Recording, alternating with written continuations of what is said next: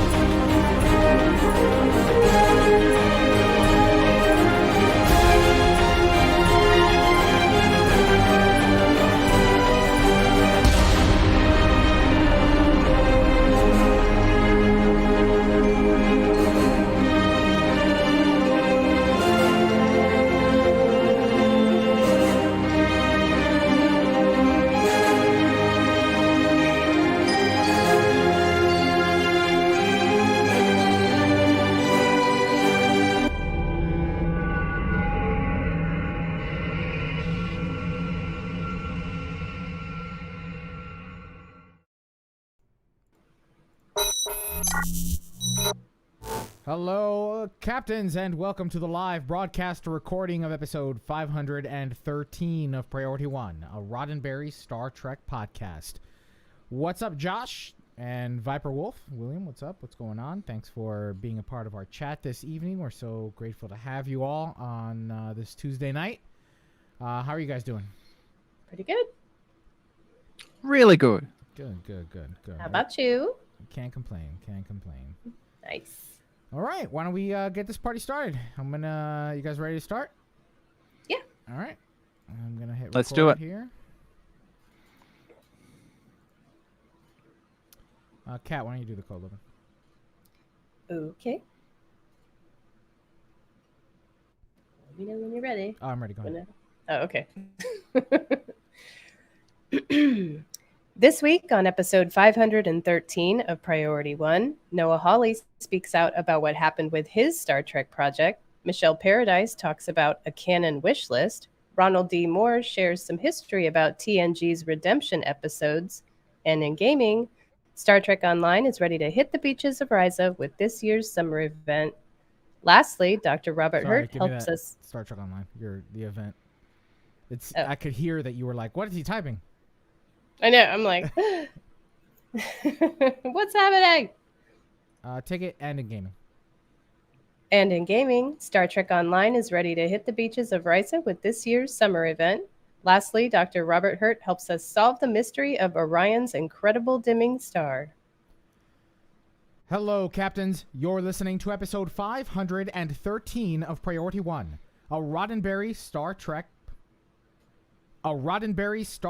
podcast, your weekly recap and review of all the major news happening in the Star Trek multiverse. This episode was recorded on Tuesday, June 22nd, and available for download or streaming on Friday, June 25th at PriorityOnePodcast.com. I'm Elio. I'm Kat. And I'm Roscoe. Well, I've got a lot of news to cover this week. I hope you guys had a good weekend and are enjoying your summer or winter, I guess, since we are on different sides of the hemisphere. Winter is going great. Mine happens to be a Queensland winter, so it's subtropical, which means clear blue skies, no cloud about at all, and really mild, temperate days in the sunshine, kind of cold at night, and it's just absolutely perfect. There's so many people who come up from the southern states and they are chasing that sunshine. So yeah, you don't fly south for the winter here. You fly north. Kat, it's great. Kat, do you have to turn off your air conditioner after 7 o'clock? No. Okay, good. My air conditioner better not turn off. Is hot. Really, really, really hot here. And I have so many things I could say, but I'm not going to. Understood. Mm-hmm. All right, we can go on. Well, Captains, we want to welcome new listeners to the show and hope you'll stay in touch. You see, this show is produced by a community. Now that you're facing, I'm peeking? yeah, because you're facing the microphone. Of course. I don't know if you can adjust the microphone where it's more, or move it around. I can do that. Yeah. Let's have a go. Well, Captains, we want to welcome new listeners to the show and hope you'll stay in touch. You see, this show is produced by a community of volunteers who donate their time and talents because, like you, they're passionate about what Star Trek is all about. So, Captains, we ask you to get involved and be a part of our podcast community. Follow us on social media so you can share your thoughts about the weekly headlines and, quite possibly, have them read aloud on our show. Or consider joining the team and lending your time and talents to producing this podcast. If you don't have the time, perhaps you have a few extra bucks that you can throw our way. If you find value in the podcast, consider supporting us financially by joining our Patreon family. And speaking of patrons, we'd like to welcome our latest supporter, Clayton. Thanks for joining, Clayton. Thanks, Clayton. Welcome. Hey, Bread Trek. Sorry, in the chat. No matter what, our corner of this community is always eager to include more members and share in the passion we all have for Star Trek. So visit us at PriorityOnePodcast.com and learn about all the ways you can help share our little corner of the Star Trek multiverse. Whether by joining our team, becoming a patron, or being a part of the conversation by joining our communities, like the ones we have on social media. Like the ones we have on social media, or for games via the Priority One Armada. Now let's find out what's been happening in the Star Trek multiverse. All right, that ended at 4:38. Please. Okay. Can I delete these links up on top here and check it out? Yeah. We all saved them and or included them. Or whatever, but yes. All right. Or you could move them to the bottom if we want to talk about it sometime.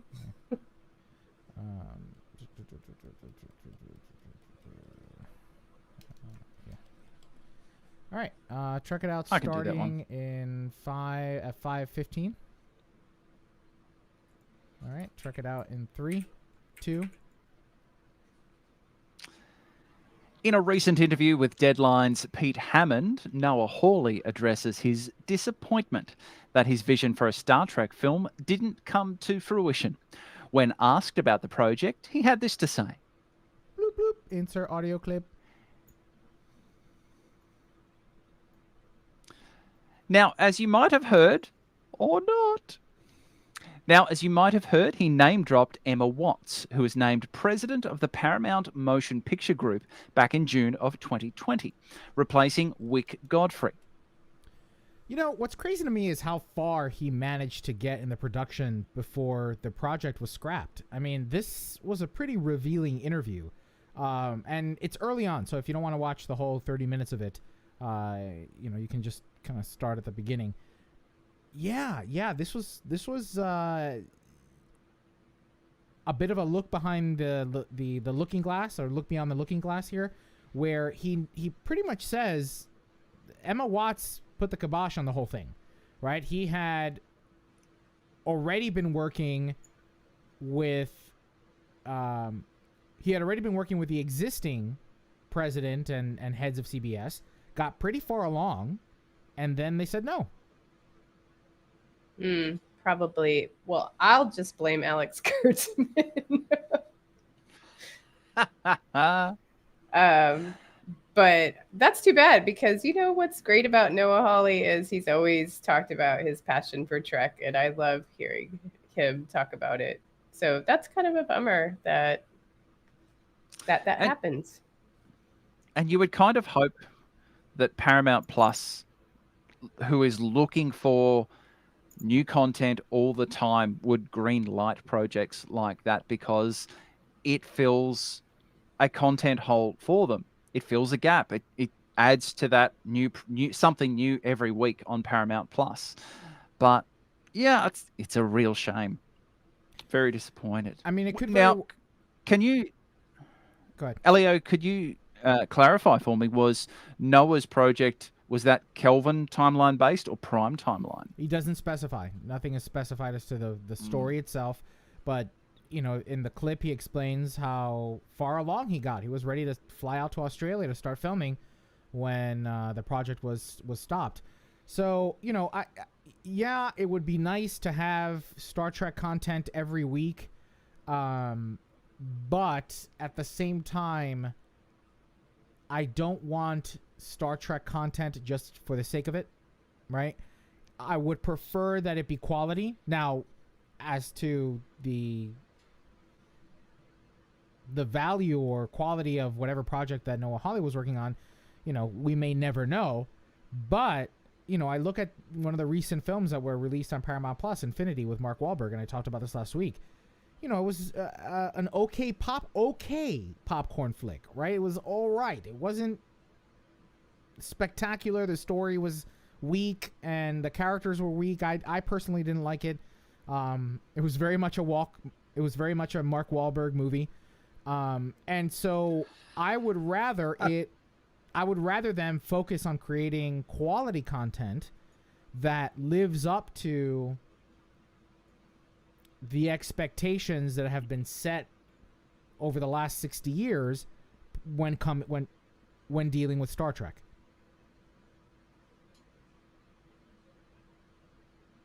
Roscoe, why don't you read that? Didn't I just read the community question? Mm-hmm. Okay.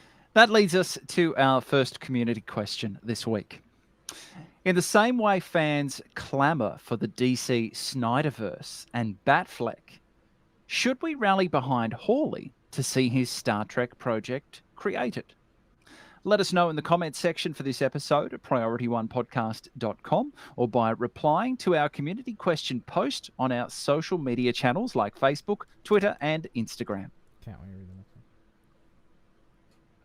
While we're on the topic of interviews, The Hollywood Reporter presents Q&A video series. Ooh, that's a long sentence. Okay. While we're on the topic of interviews, The Hollywood Reporter presents Q&A video series featured Sonequa Martin Green, Michelle Paradise, and Olatunde Onsunsanmi. I can do it. You can do it. While we're on the topic of interviews, The Hollywood Reporter presents Q&A video series featured Sonequa Martin Green, Michelle Paradise, and Olatunde Osunsanmi of Star Trek Discovery. Osunsanmi. Oh, damn it. There's there are about 3 consonants in the middle there. Take it Hold from on. so I would pause featured Sonequa Martin Green, Michelle Paradise, and give yourself a long pause here, because then if we have to edit, we can just take it from end. All right. While we're on the topic of interviews, The Hollywood Reporter Presents Q&A video series featured Sonequa Martin Green, Michelle Paradise, and Olatunde Osuna. Yeah, we're totally going to have to edit. And Olatunde Osunsami of Star Trek Discovery. I think that was weird. It's Olatunde, not Tunde. Olatunde. Hold on.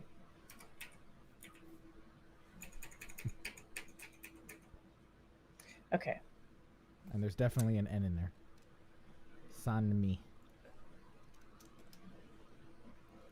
You get absolutely no mercy from me, since I had to ask that question of him in After Trek, and I had to learn how to pronounce it correctly. Oh, nice. That was that was the episode. It was with him, and I'm so glad they didn't make me ask the stupid question about eating Kelpian. What a dumb question. Oh, sorry. Ew. And Olatunde Osunsanmi of Star Trek Discovery. The conversation focused a great deal on Season 3 and repeated a lot of things we've already heard.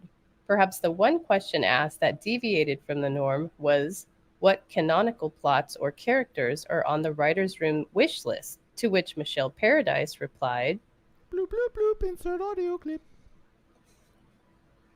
I don't know what she said, but I'm sure it was awesome. They went on to praise the cast and crew for their incredible work behind the scenes and in the front of the is it camera or character? Camera, my bad.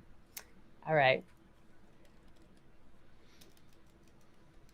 They went on to praise the cast and crew for their incredible work behind the scenes and in front of the camera. When asked about Season 4, Paradise's answer was incredibly vague, though sticking to an answer that didn't give anything away. You know, these interviews keep happening, and it feels like propaganda to me. And of course it's going to be. You know, we had a conversation about Alex Kurtzman's interview last week for After Hours, and we kind of tore into it because it's a lot of... They say a lot of things that we want to hear, right? That we're excited about, this passion for Star Trek and this respect for canon. And in that, you know, audio clip, she says that in the writer's room, we have discussions about, you know, all the canonical things we can play with. And yet the end result just doesn't match what they say in the marketing rounds. It just doesn't, to me at least. And so, you know, maybe they figure if they say it enough, it'll be true. I don't know. It's this misdirection. You know, I don't want to call it gaslighting, even though it kind of matches the definition, where they're just like, yeah, everything is great. And you know what it reminds me of? It reminds me of when people make fun of Al Rivera when he's come on the show and has said, you know, this is the best season yet, and the players love it. Like, yeah, that may be true, and I believe Al Rivera. I'm making fun of it because of the joke that some people have made from it. But if you want to talk about blowing smoke, Alex Kurtzman, G, and you know, yeah, I don't know. It's one of those key words that they've really focused on in all of the interviews that I've heard so far in the lead up to any particular season of Discovery so far, any particular season in leading up to season 1 and season 2 of Picard. Canon. They always talk about canon, how respectful they are of canon, what canon has done before, what can we do, how canon is a springboard that we can jump off of. It's great. We love canon. Everyone respects canon. And then at the end of the season, we sit down and we watch it. And most of the time we go, okay, so they're aware of canon. They know what canon is. But looking at that on screen, that sometimes doesn't marry up in a lot of cases. And it's just one of those keywords that we keep on hearing. And it's like you say, it's the way they try and appease fans to go, oh, no, we're really respectful of canon. But But seeing you know that what, though? reflected on screen, It's not it's a just challenge. about canon and them keeping on with this thing about canon, right? That's not the only word they invoke. They invoke things like the importance of Gene Roddenberry's vision of inclusivity and the future where we're all together and diversity and representation, yada, yada, yada. And yet the stories, although yes, the characters are diverse, the stories don't really respect diverse characters and diverse storytelling. And instead, oh, it's Star Trek's first gay couple, Star Trek's first trans character and trans relationship and non-binary relationship. But you know what? There have been people doing it many years prior to Star Trek. Science fiction has been doing it for a while now, and Star Trek is playing catch up. And when, instead of admitting that, what we're getting is, it's Star Trek's first time. Yeah, after 70 years, 60 years. That's not revolutionary. That's not paving the way. That's not leading science fiction. So, I again, it's they invoke a lot of these buzzwords as they deliver these interviews and as fans try to consume some Star Trek content in between episodes. But truth be told, they talk the talk, but they certainly don't walk the walk. I think it's important, though, to say that it is important that they do mark those moments, to say that this is the first non-binary character, this is the first trans character, and the importance of marking those milestones really can't be understated. Yes, I do take your point that Star Trek is playing a little bit of catch up, but we also have never had the wealth of Star Trek at the moment that's either on air or in production. The volume of Trek that we have at the moment is astounding. So that in itself is great. To mark those milestones, I think, is important because they kind of have had to play catch up for a little while. But now we're at a point where we can move forward. We've marked those milestones. Let's tell good stories because we have marked that and use that as a platform to branch off. You're right. I don't want to underplay the fact that these are incredible milestones in science fiction, Trek, and general popular culture. They are incredible. I think they can do better. I think that these characters deserve better, right? The storytelling deserves better. Whether it's fridging one half of the gay couple, whether it's having this imaginary relationship between the two characters in season 3 of Star Trek Discovery, it's just Star Trek deserves better storytelling, in my opinion. And when dealing with these conversations and these interviews again, it's frustrating that they don't seem that they seem to be ignoring or selectively choosing what they want to hear from the community. Ken from Chicago in the chat asks, with more Star Trek, does that increase the opportunity of respecting canon and being inclusive? I think it increases the opportunity for more storytelling. And that can include aspects of canon that we can build upon, and that can include being inclusive as well, because we've got more opportunities to tell those stories. Ken, we've got a wealth of stories that are there to be told in multiple seasons of television programs. Let's get out and make sure that we can tell as many diverse stories as possible. Yeah, I'm having a hard time reconciling, we keep talking about, yes, they need better storytelling, and yes, these milestones are important. But I also feel like the way these shows are produced and written is the modern style storytelling. And there's really not a lot of in-depth, thought-provoking, well, there are, but it's not happening in Star Trek.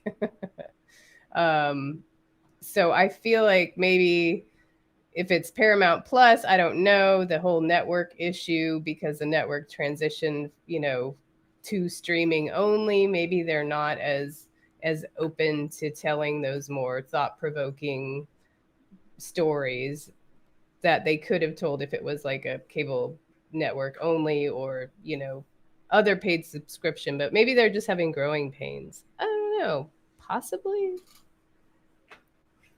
Roscoe, why don't you take the community question? And captains, that leads us to our next community question this week. What canonical stories or characters do you think Discovery could explore well? Let us know in the comment section for this episode at PriorityOnePodcast.com. Okay, that's fine. Cool. That's fine. Do you ever find yourself wondering what it would be like to get Lorca back into Star Trek? Mm-hmm. Well, wonder no more, because the man himself, Jason Isaacs, told comicbook.com the answer, and it's simple. Have a good script? And it's simple. Have a good script. Wait, is that answer simple, though?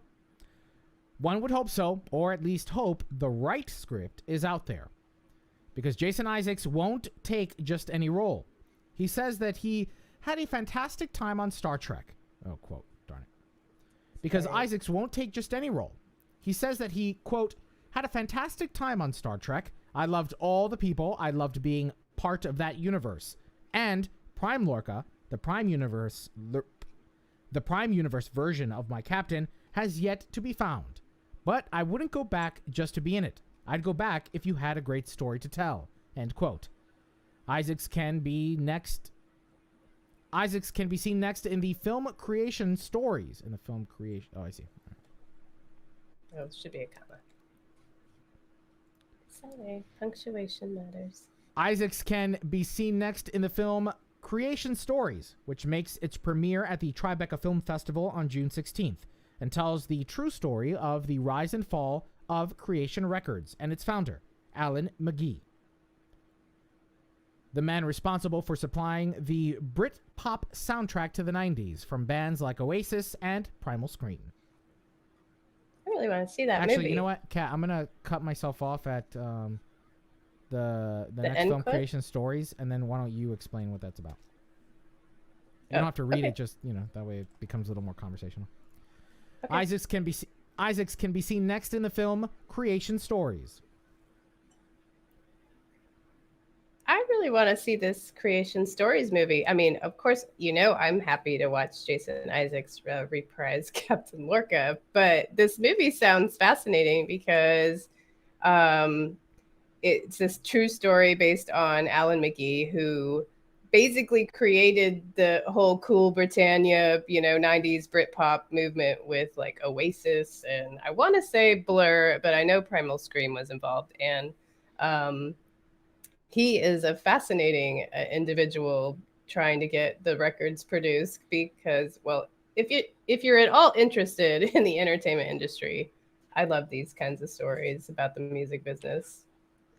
I would very much like to thank Alan McGee for his contribution to music because as someone who works in radio, I very much appreciate the song from Blur, Song 2, because just under 2 minutes, when you are trying to find the correctly timed song to make sure that you get to the news at the top of the hour, it is absolutely perfect and comes in handy so many times. So thank you, Alan. You have saved my bacon on many, many occasions. Awesome. Well, more Lorca. Yes, please. Someone write that amazing script and bring back Prime Lorca. Let's start a movement. We could start that. Maybe Noah Hawley could write that movie. Great idea. Roscoe, why don't you read this next one? Okay. This week marks 30 years since the cliffhanger episode Redemption Part 2 originally went to air for The Next Generation. Part 1, indeed. Part 2. I read Part 2. I wrote Part 1. That's okay.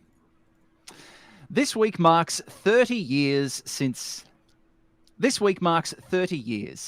cliffhanger Next Generation episode Redemption Part 1 originally went to air. It laid a lot of the foundations for the Klingon culture thanks to writer Ronald D. Moore, but it almost didn't happen. In an interview this week with The Hollywood Reporter, Moore discusses the building of Worf over time with episodes like The Bonding and Sins of the Father, as well as slowly building up the Klingon culture. So much so that Moore became known as, that Klingon guy. But there was a lot of pushback from Gene Roddenberry, who didn't see Worf as a main character. Quote, TNG was about Picard. He was the captain. This was the first time that Star Trek really, had ever done a big war story like this. And this was going to be the series' 100th episode on top of it. So we had to fight somewhat to get the episode going. End quote. Executive producer Rick Berman and the late TNG showrunner Michael Piller helped run interference with Roddenberry, and thankfully Redemption Parts 1 and 2 made it to air.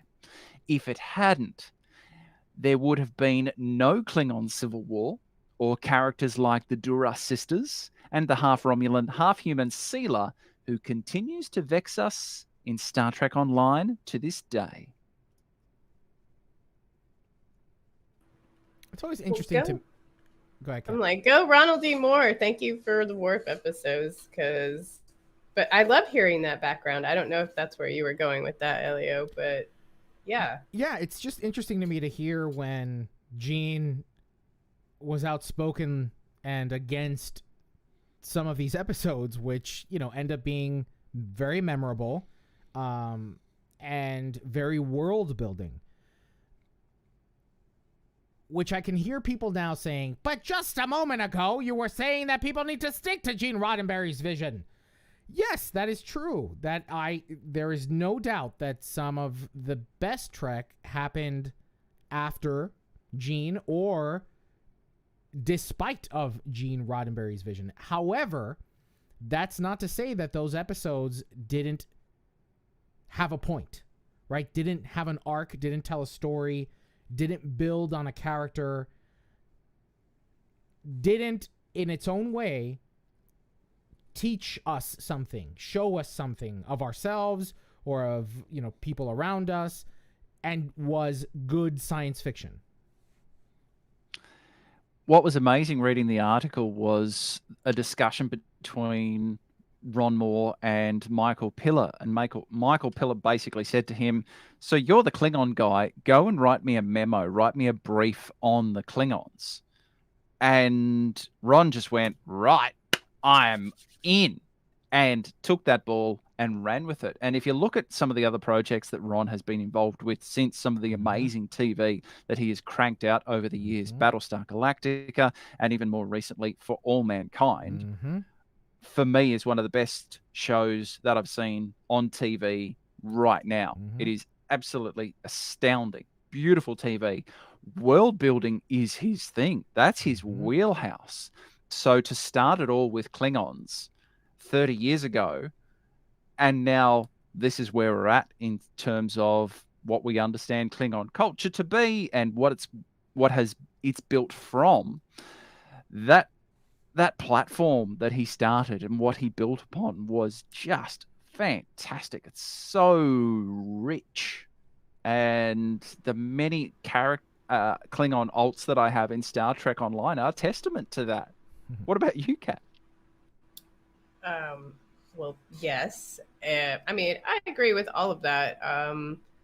But you did leave out a very good Ronald D. Moore show that doesn't get a lot of attention, maybe, is Outlander, which is also world building, not sci-fi, but there is some time travel involved, so a little bit of fantasy there. But Ronald Outlander, D. Moore, not really my speed, not really my thing. I think it's my wife's thing. It's not my thing. Well, anyway, we could talk about that. It's an amazing book series. Really well written, but Ronald D. Moore, yes. Battlestar Galactica is one of the best things out there. Just great. But I agree with you. To think it all started with filling out the Klingon, background and mythos and all the things we have to know about Worf. So good.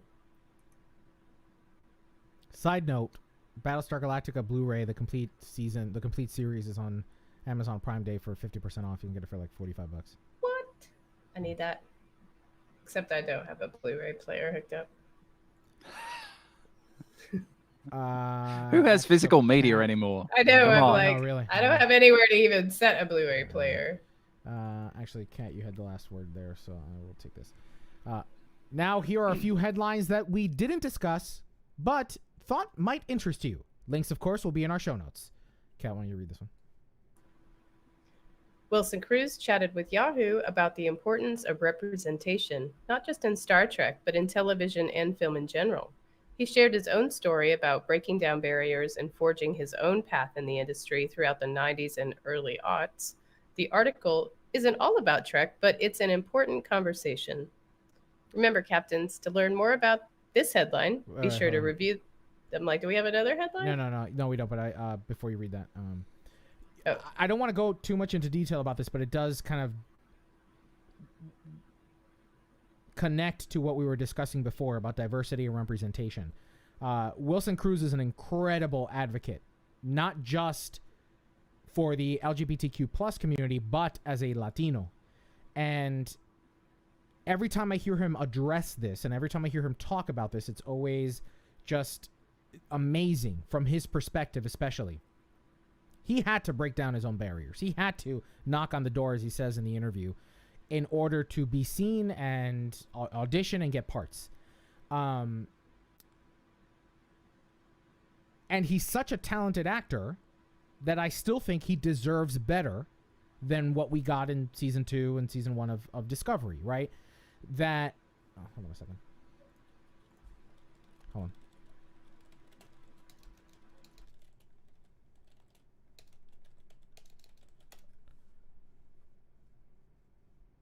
Sorry, one moment. I have a point to this pause. Sorry. Right.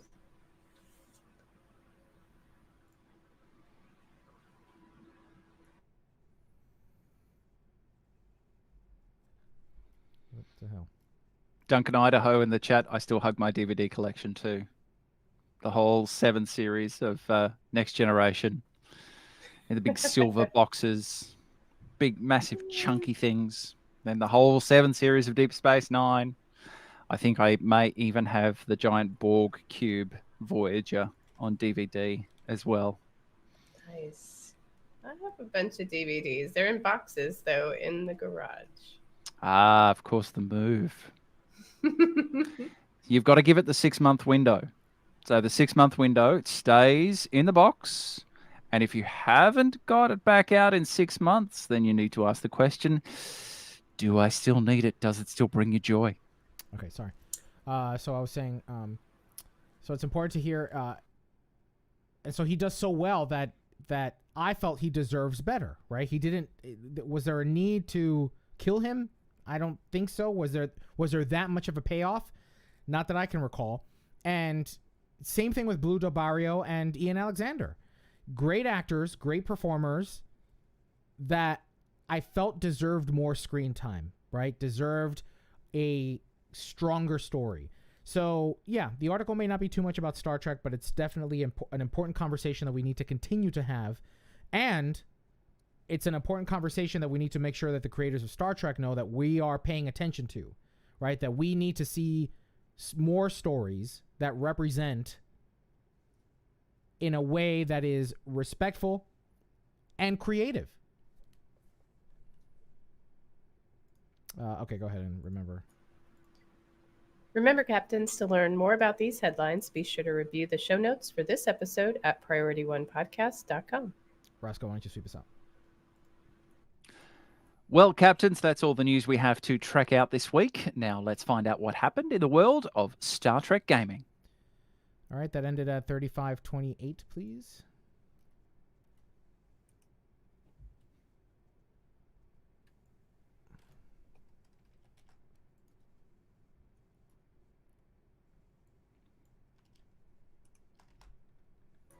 Okay. Actually, I need a refill, and I actually need to bring the dogs inside now since they are out there barking. If you can hear them, be right back. Dogs are barking like there's someone at the door. Literally.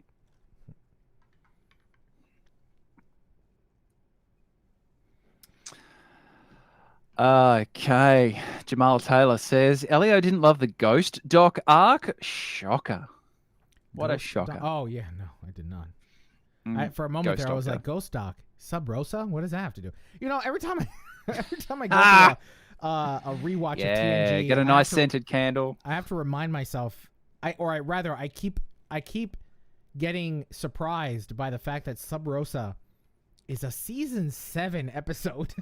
Like if I keep thinking to myself, that episode had to have been season 1, 2, 3, but not 2, obviously. But it had to have been one of the early seasons. No, that was the last season of Star Trek: The Next Generation. Yeah.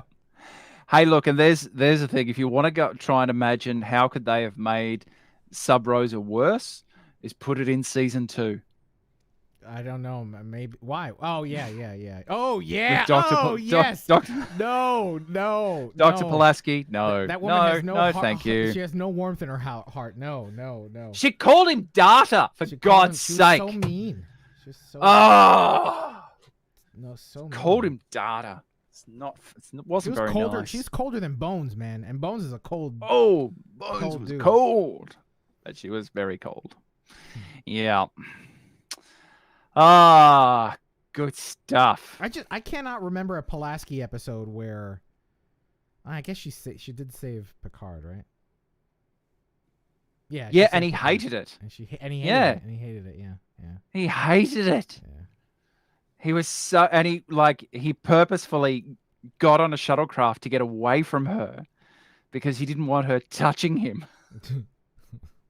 No, I've got to go to the. No, I know you can probably do it, but I'm gonna go on to the shuttlecraft. Why? I just like shuttlecraft. I really like getting on the shuttlecraft. I'd much prefer it if I could, and let's just get away. But no, yeah.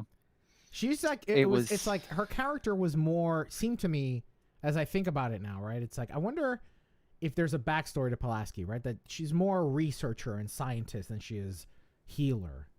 Because I feel I've been to doctors like that. That's just here, get a lollipop and get the hell out. You know, like I feel like Pulaski's that kind of doctor.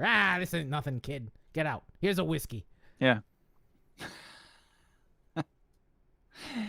Have a whiskey and a cup of concrete so you can harden up.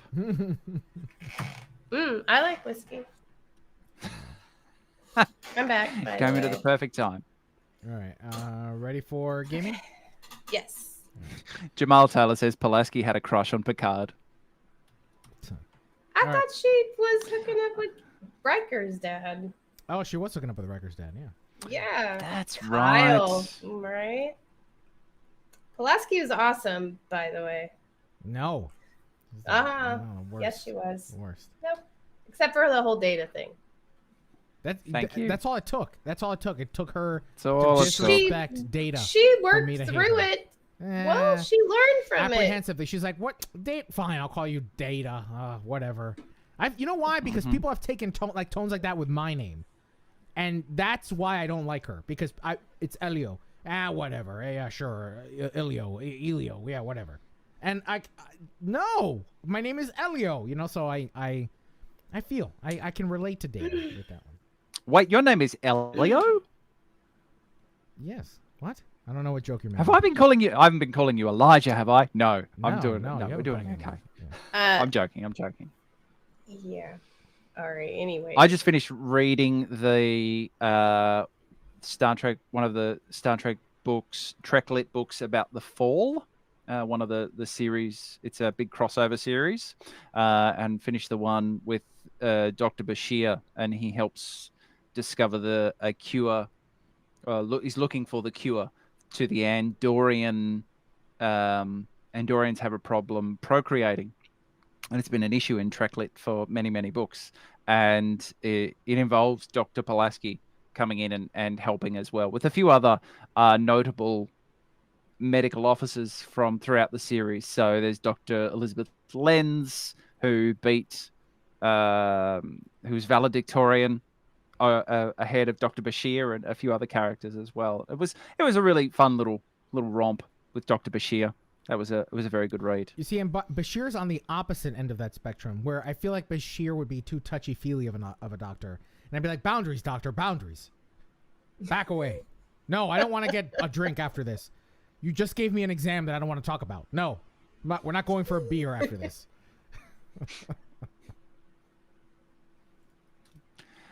That should be a show. All right, shall we do some Star Trek gaming? We can do that. 4130, please, Kat. 4130. Got it. Mm-hmm. In 3, 2, 1.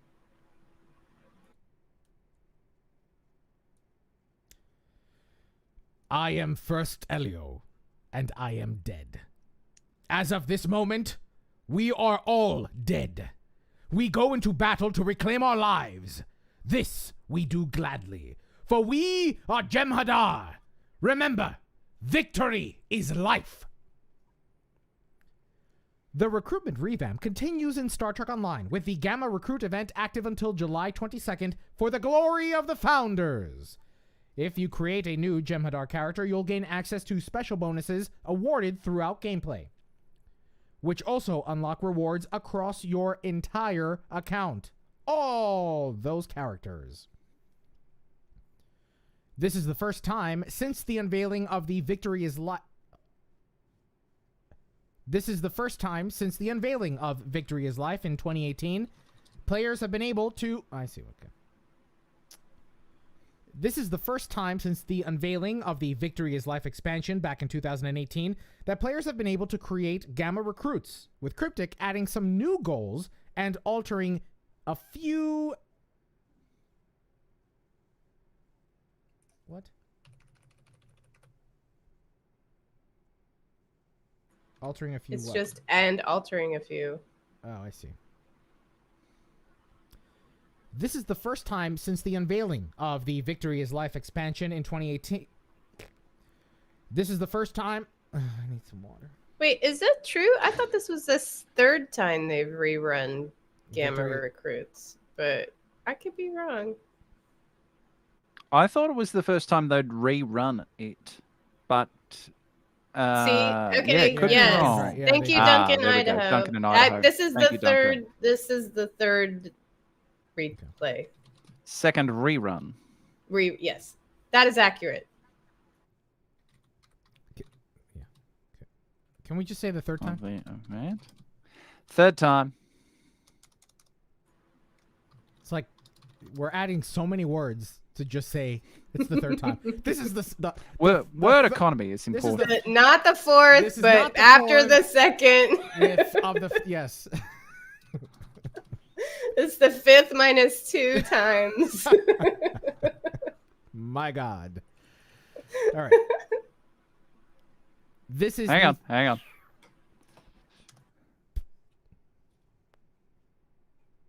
There we go. That's better. This is the third time for the Gamma.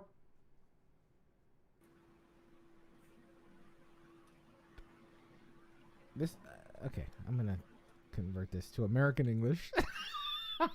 Oh, come on. That is racist. This is the third How time. dare you? This is the third time. Come on, mate. Don't you speak Australian? Bloody hell. Fair income. Just read the words on the page, mate. You'll be right. Fair suck of the sauce bottle. Honestly, Elio, mate, can't understand a bloody word you say. Choice.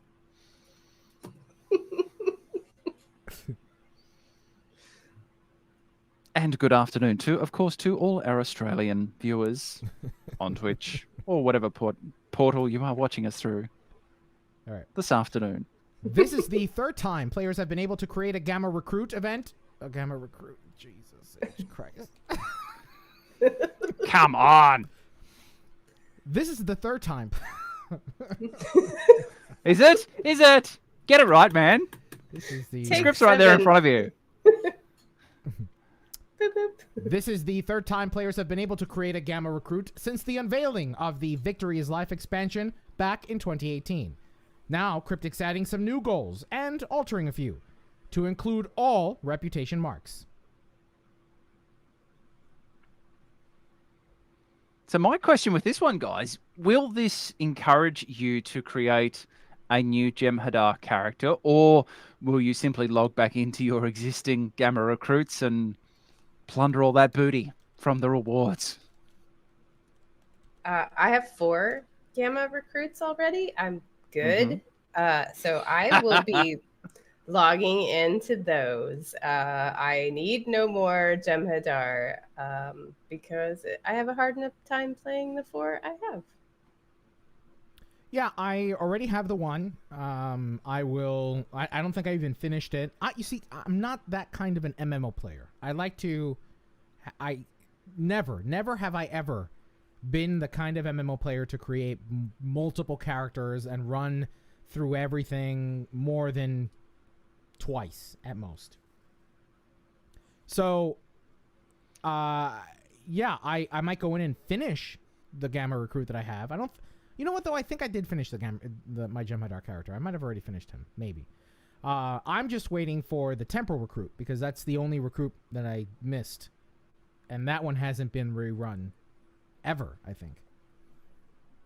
You're correct.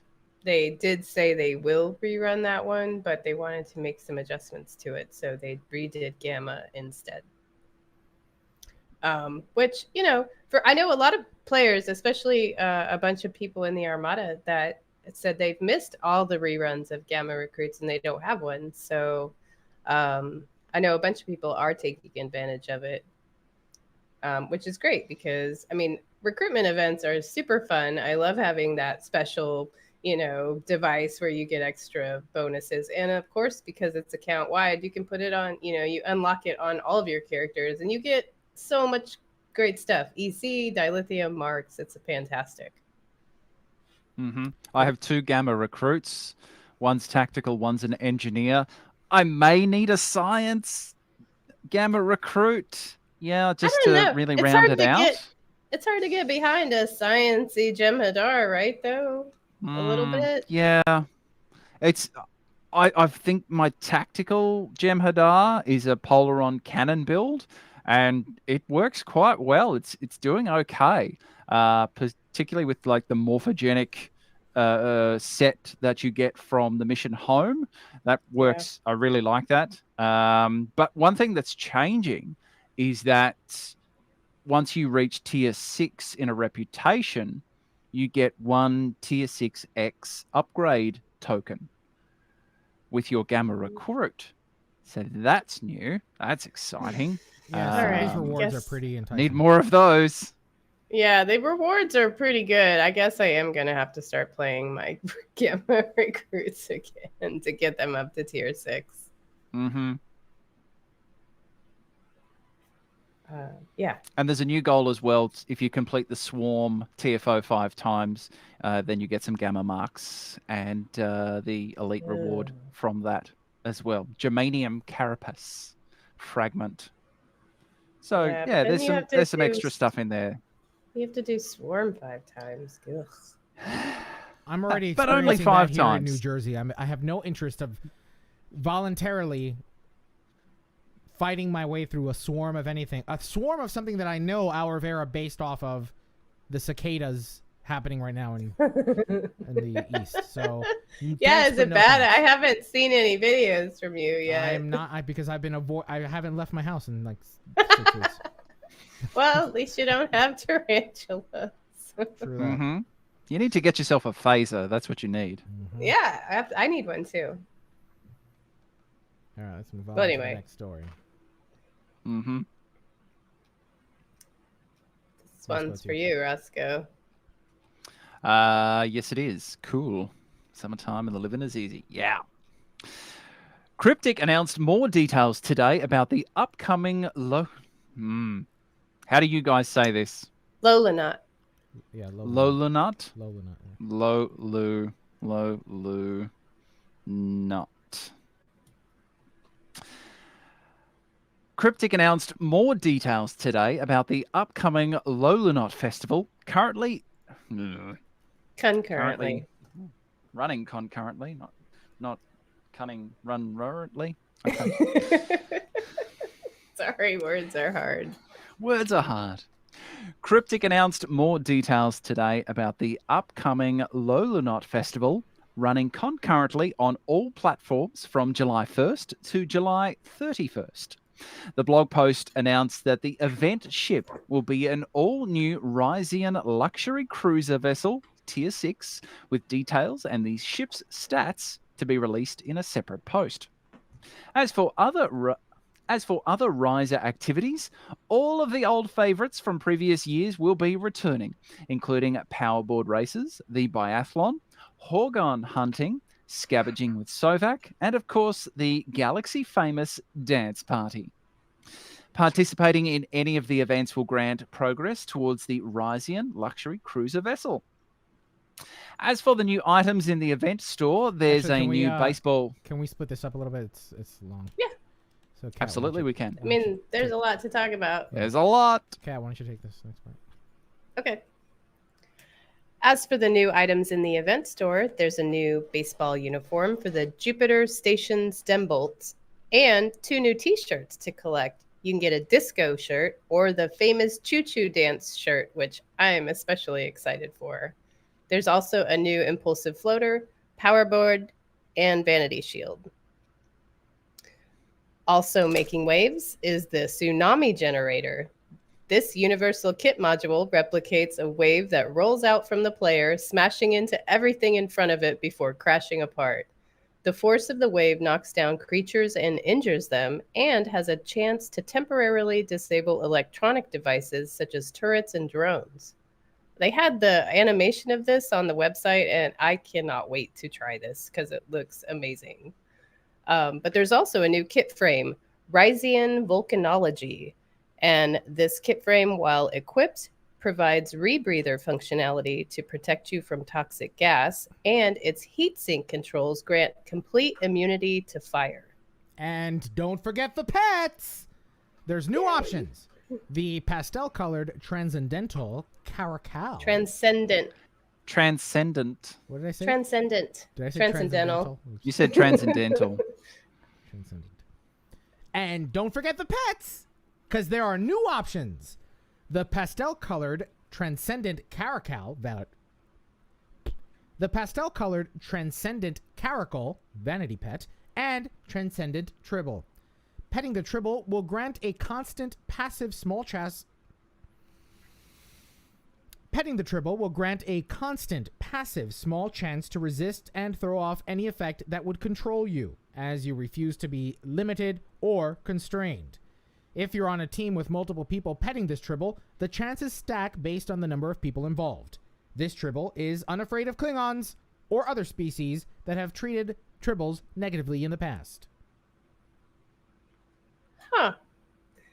That's pretty interesting. I love the stackable Tribbles. So if you get a team of people, I mean, the Rainbow Tribble is good for that too. But I was trying to think maybe if you were battling the Alachi, that would be a good team Tribble to have if it's gonna, keep you from being controlled. Or I guess Borg. That might be good too. And let's make no mistake, this is clearly a statement from Cryptic Studios and Star Trek Online and their support for the trans community. Absolutely. Oh, the colors are the trans flag colors. That's fantastic. I can't wait to get these. Plus the t-shirts. And, everyone loves an adorable caracal.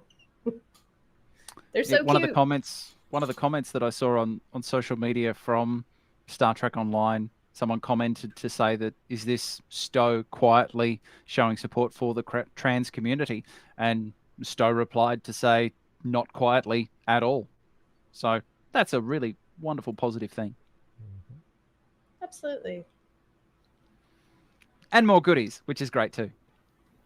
Well, speaking of more goodies, the surprise... And speaking of more goodies, surprise, because there's a new bundle.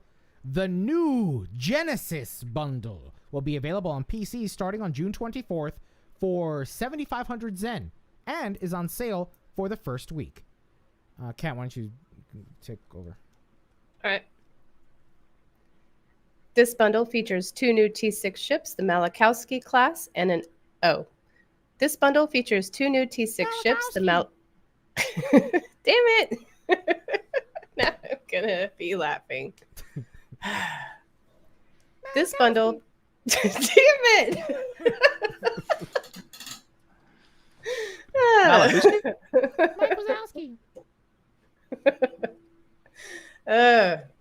Okay, drink.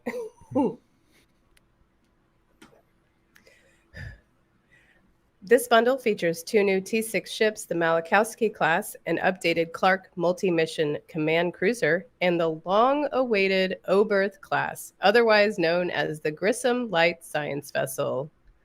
Note, these 2 ships will also be available as separate purchases outside of the new Genesis bundle, which is very exciting. The bundle also includes some account-wide unlocks, such as the Genesis Ground Vanity device and some of the Wrath of Khan outfits and a Type 2 phaser compression pistol. So if you get that... Wait, sorry, go ahead. I would say the circa 2285. Oh. And a Type 2 phaser compression pistol, circa 2285. Additional value is also included in this bundle in the form of the following one-time inclusions, meaning this is character specific. You get 2 experimental starship upgrade tokens and 2 fleet ship modules, but that's, again, character only. The other items are account unlocks. And also note that the Genesis ground device that you get is a little different than the one they gave to the Foundry authors because they left out the Starfleet coffin, which is kind of a bummer. But that's kind of something special for those Foundry authors, which is nice. So, well, I don't know. Are you guys excited about this bundle? I'm going to get it. I'm getting it. Probably not, but, you know, I do want to take a moment to talk about that Genesis item because it was an exclusive item for the Foundry authors. Now, for those of you unaware, Star Trek Online used to allow players to create their own missions in the game. It was called the Foundry, and much like many other games that allow you to create your own maps and whatnot, Star Trek Online had the mechanism by which a player can create their own fan projects. When support for the Foundry sunset, and they were no longer going to update the technology behind that part of the game, they awarded Foundry authors with a Genesis device, right? It looks a lot like the Genesis device from Wrath of Khan. It had been explained that this was exclusive to Foundry authors and that there would be no other way of getting it. So, you know, this is one of those... honestly, I think it's a misstep. No matter how different it is from the one that the Foundry authors got, I think that it sends a bunch of wrong messages, right? I think it just, as a whole, just sends a bunch of wrong messages to the community that they're not paying attention to the other 98% of players that just peruse the forums, that just read through Reddit, that just read the Twitter community, and instead they focus so much on what the 2% are writing and typing in a fury safely behind their monitors. They forget that there are other people that just kind of surf the web, right? They learn, they like to read, they explore the wiki so that they can get better at their own game. They watch YouTubers and they watch Twitch streamers without saying a word. So I get it. The Foundry's old, you know, but why not just make a new thing, right? Why not create a new item? Let's put that behind us. That was given away. Let's not ever introduce it again just to make a buck. I don't know. It's unfortunate. You know, I know that a few Foundry authors have been more vocal than others regarding this. Yeah, I think Duncan Idaho makes that good point too, of where it's just part of this bundle. They didn't really need to do that. I mean, did it really need to go in there? Even though it's Genesis bundle, and yes, you had a Genesis device, but that doesn't mean you had to put it in there. Right.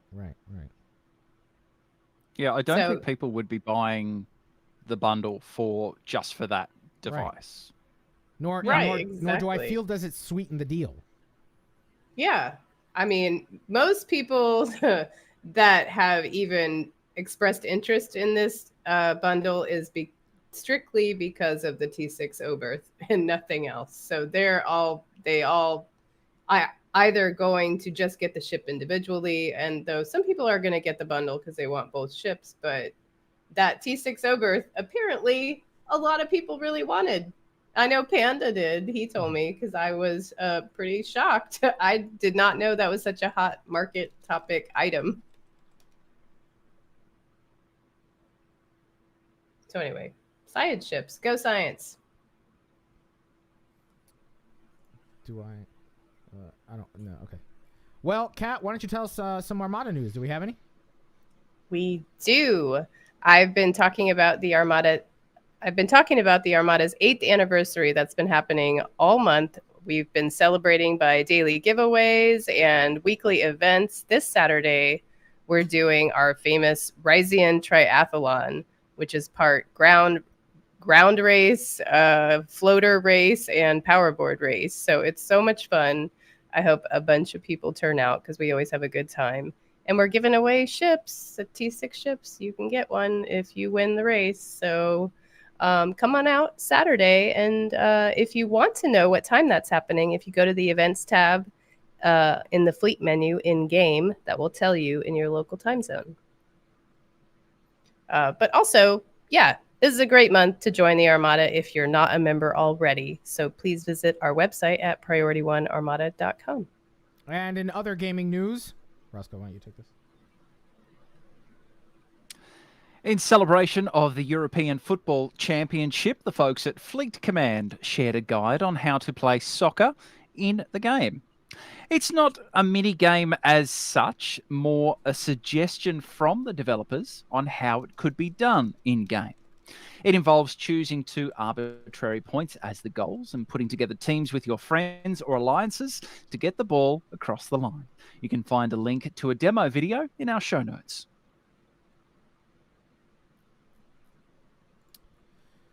Well, that's the news from... Kat. Is it? Kat, The news from... Kat, why don't you super sound?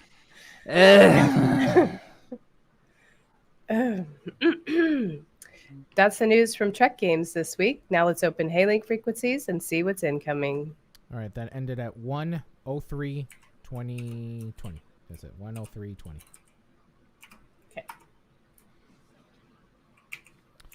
Yeah, yeah, it's really, I mean, I don't want to name names and call people out, but there was, one particular Foundry author who did a lot of work in the Foundry and, was on several podcasts, who quit. Just rage quit Star Trek Online. I was reading through their tweets and, keeping an eye on it. And although I was, things were said that I don't totally agree with, or perhaps the method by which they were expressed I don't totally agree with, I understand, I can empathize with that frustration, right? That the Foundry authors worked really hard. They produced and promoted a lot of content that players enjoyed, and they were gifted this thing, said that it was exclusive, you couldn't get it otherwise. To add it to a bundle that, adds no value to it. I mean, I can see why, first of all, I can see why Foundry authors would be pissed about this, number one, who continue to still play this game. And number two, I just think as an outside player, as a new player looking in, going, well, gee, what's the point of anything? If I can get it eventually later, then what's the point of exclusivity, right? What's the point in me trying to earn something if later on down the road they're just going to slap a new coat of paint on it and, somebody else can buy it? Yeah. That's always going to be the challenge with this game, because exclusivity for long-time players has value, because it's there to reward your time in the game, which can be, for some people, 11 years there from the very start. And that's cool. That's a really good thing. And when Cryptic comes to the party and rewards you for that, fantastic. But then it's finding the balance between that and new players to the game who go, you got that thing, but I want that thing, and I'm willing to pay for it.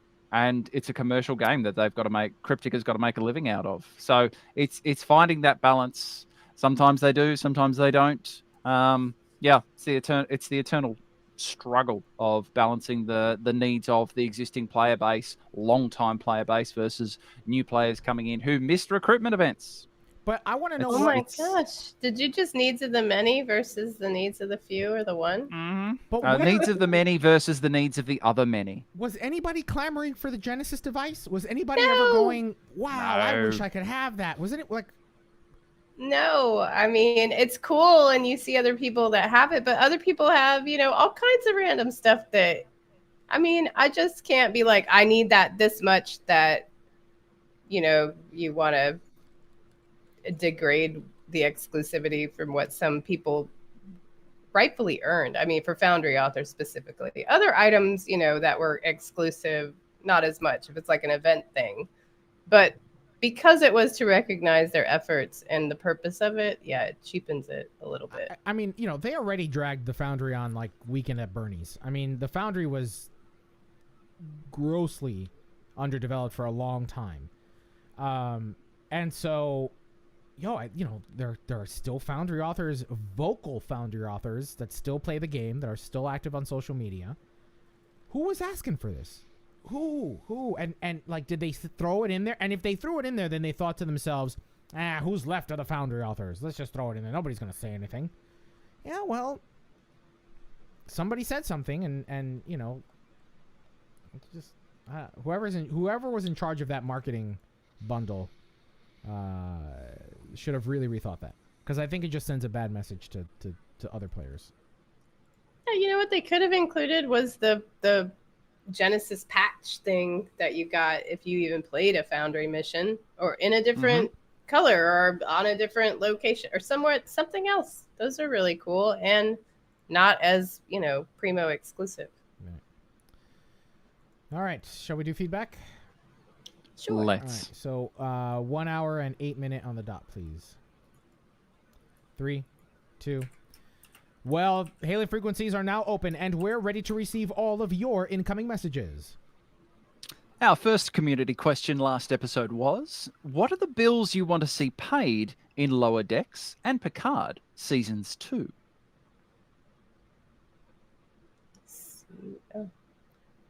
From Facebook, Matt Black says, Elnor meeting a cat. Heck, give us a short trek of just this. Apostolos replied, going, Elnor needs to say, choose to purr.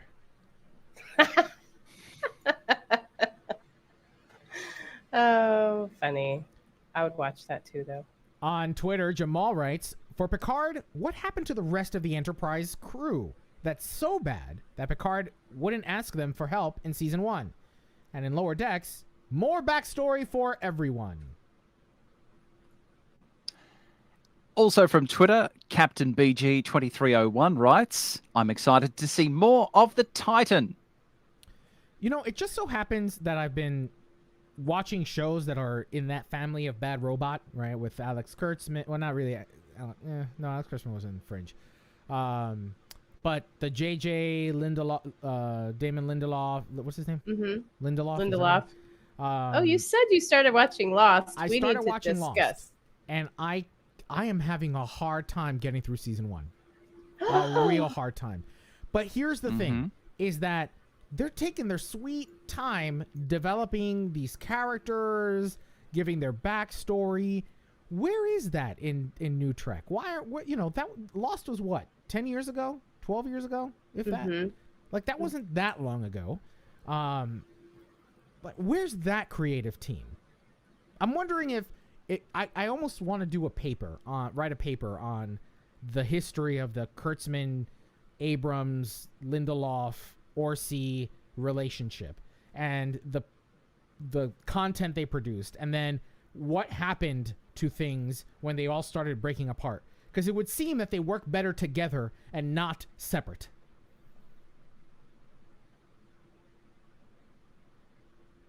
You should. You should write a paper. I'm not. You should gonna get write it a published. paper. I don't want to write a paper in an academic journal. No, 'cause Professor Elio. People will still writes, say I have no right to have these opinions.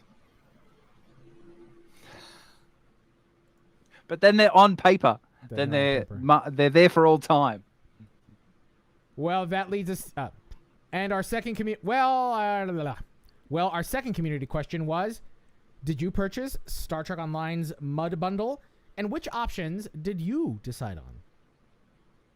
From Twitter, Captain BG2301 answered this one too, saying, yes, I bought the Muds pack. I went for the small pack and got the 2 ship packs and the jellyfish.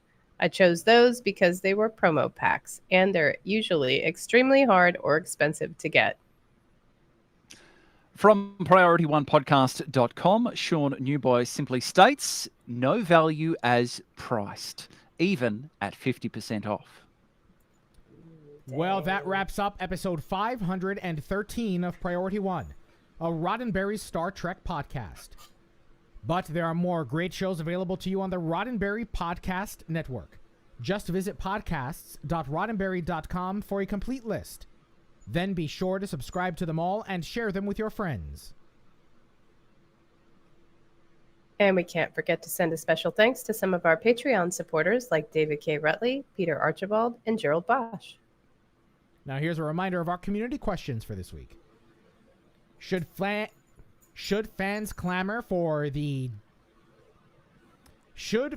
rally behind Noah Hawley's Star Trek project the way fans clamored over DC's Snyderverse and Batfleck? Also, what canonical stories or characters do you think Discovery could explore well? Captains, it's important to us that you get your voice heard and that you participate in the conversation. Leave us a comment on our website at PriorityOnePodcast.com, on our Facebook page at Facebook.com/PriorityOnePodcast, or find us on Twitter and Instagram at PriorityOnePod. And if you're still craving more, be sure to spend time with Winters, Anthony, Thomas, Gray, me, plus the rest of the Priority One Armada. Saturday nights, the Armada broadcasts live to review the latest news from Star Trek Online and the Armada community, including spotlighting some of our amazing members. With regular giveaways, there's something for all Stowe players, whether you're new or a veteran. Follow us on all our social media accounts for broadcast times, and if you'd like to join the Armada, visit PriorityOneArmada.com. This episode of Priority One is brought to you by our patrons through Patreon.com. During these difficult times, we are humbled by the continued support of our patrons who find value in the content that we produce each and every week. Find out how you can be a member of our Patreon family and what perks we have to offer for your support. Visit what is this, 1990? Visit patreon.com https // Visit patreon.com/PriorityOne for more information. And captains, don't forget to tune in to Priority One Productions' Guard Frequency podcast at guardfrequency.com. Each episode, the Guard will take you inside the universe of your favorite space sims, including a tabletop adventure played out by your hosts. And Heroes Rise brings you up to date with the world of Dungeons and Dragons. Learn all about the latest publications, tools, tips, tricks, and traps in less time than it takes to skin a wyvern. Head over to heroesrisepodcast.com to discover their secrets. Thanks to our audio editors, including Gray, Brandon, William, Daniel, Rand, Alex, and Lennon. Thanks to our producer Jake and associate producers Shane and Thomas. Together they help us organize and write up our summary of the weekly headlines from the Star Trek multiverse. Thanks to our graphic artist Alejandro, with support from Jason of the Priority One Armada. Thanks to the composer of our theme music, Chris Watts. Most importantly, a big thanks to you, the Star Trek community, our listeners, because without your ongoing support, none of this would be possible. All right, everybody, that should stop recording. Zeph, you didn't miss much except the whole show. Yeah, you didn't miss anything. Yeah. We're done. See ya. All right, everyone, thank you so very much for You came in us. just at the right time for the last bit. Thanks Bye. And bye. So thanks, everybody, for being a part of our Tuesday evening with us, sharing your Tuesday evening with us. We're so very grateful. Lots of good conversation in the chat today. Thank you so very much. Until next week, Mike Wazowski. Bye, everybody. See y'all. What is it? Walikowski? Walikowski? Malachowski. Malachowski. Just call your ship the USS Mike. The USS Mike. Pew pew. Bye, everybody. See y'all next week.